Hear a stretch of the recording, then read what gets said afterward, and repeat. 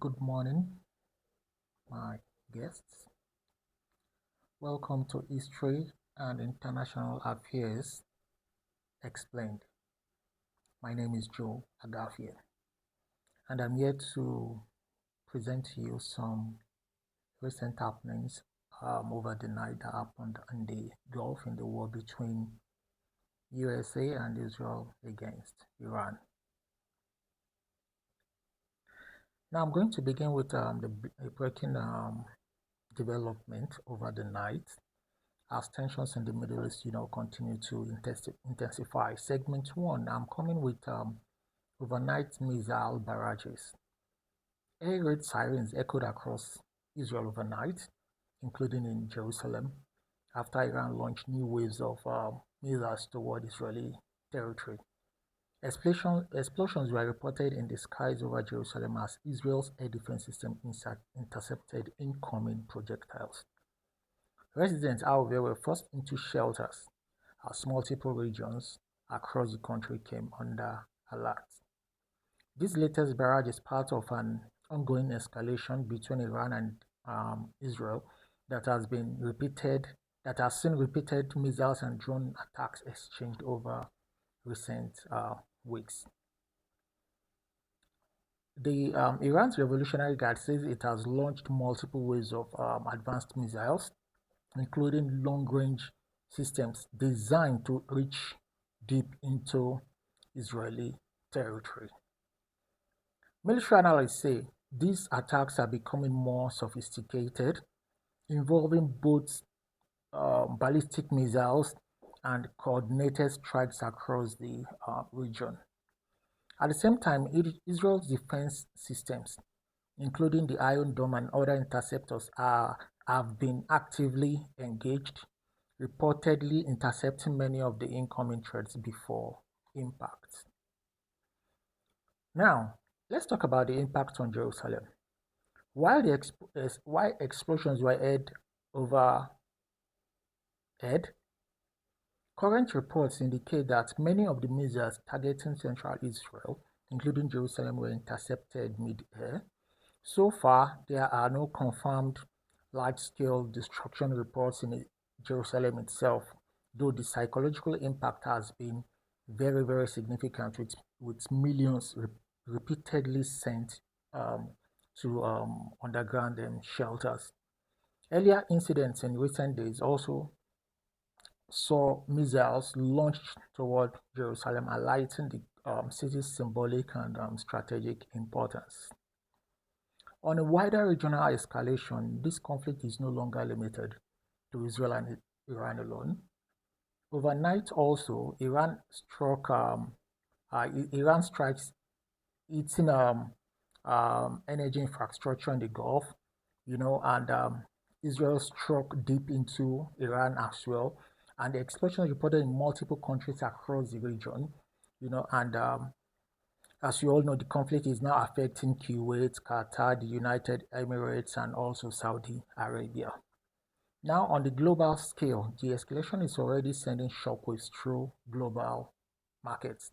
Energy infrastructure has been hit on multiple sides, pushing natural gas prices in Europe up by as much as 35%.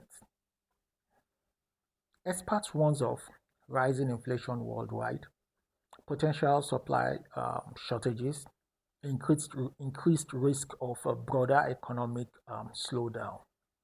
Now, on the casualties and military losses, over 1,000 people have been killed in Lebanon, more than 1,300 deaths reported in Iran. Israeli casualties remain low but ongoing. Also, a senior spokesperson for Iran's Revolutionary Guard was reportedly killed in a recent strike. And I'm going to get you more information about that one also. So the political reactions, world leaders are urging restraint as fears grow of a full-scale regional war. European nations have called for an immediate halt to attacks. The United States has warned of further action if escalation continues. Iran has signaled that it will respond forcefully. forcefully rather, to any new strikes. The rhetoric on all sides remain highly charged. Now, what are we expecting to see happen next? Further missile waves targeting Israeli cities, of course, potential involvement of additional countries, disruption of global oil and gas supply routes.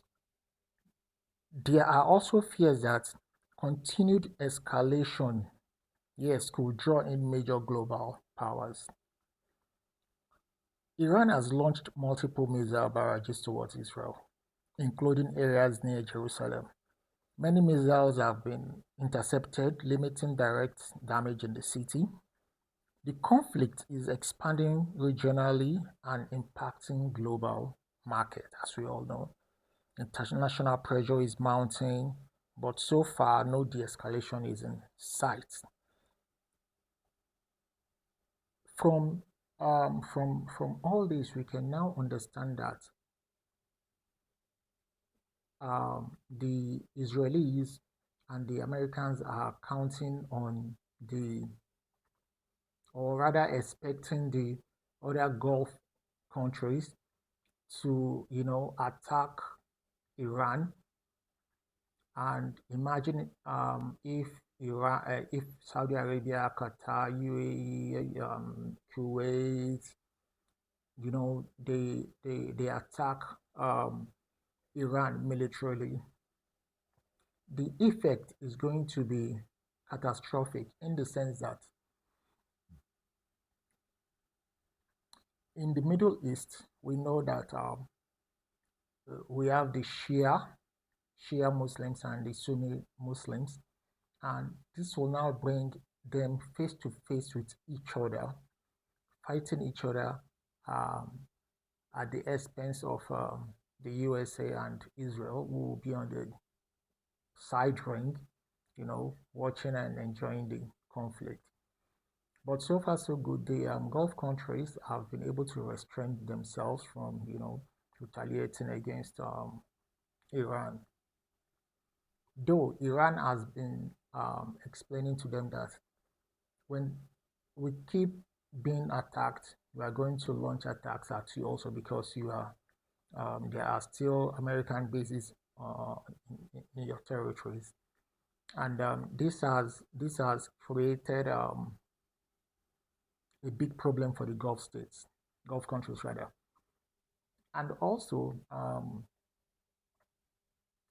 some of the Sunni Muslim countries, predominantly the Saudi Arabians, would like to see a situation whereby the Iranian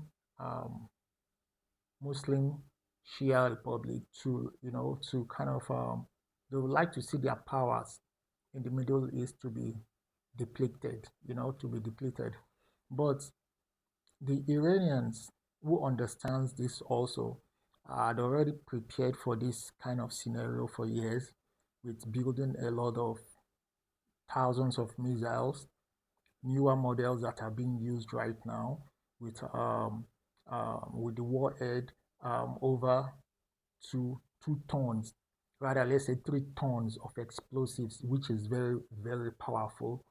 With we can see the type of missiles they are shooting, especially the Fatah 2, which more or less um, has the same function like the Oreshnik missile of the Russians, with multiple tiny warheads, coming into play when the missile is descending to its targets.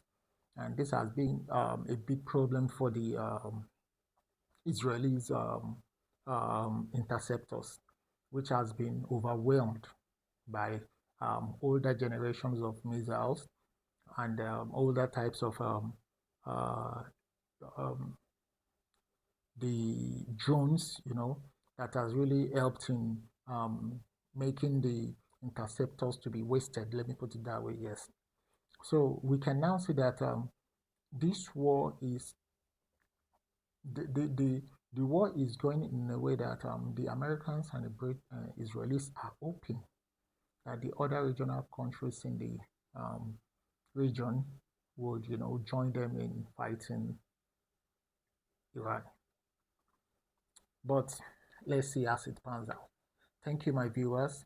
Please like, share, and subscribe so that you can enjoy more first-hand information about the happenings in the Gulf region. Thank you very much and have a lovely day.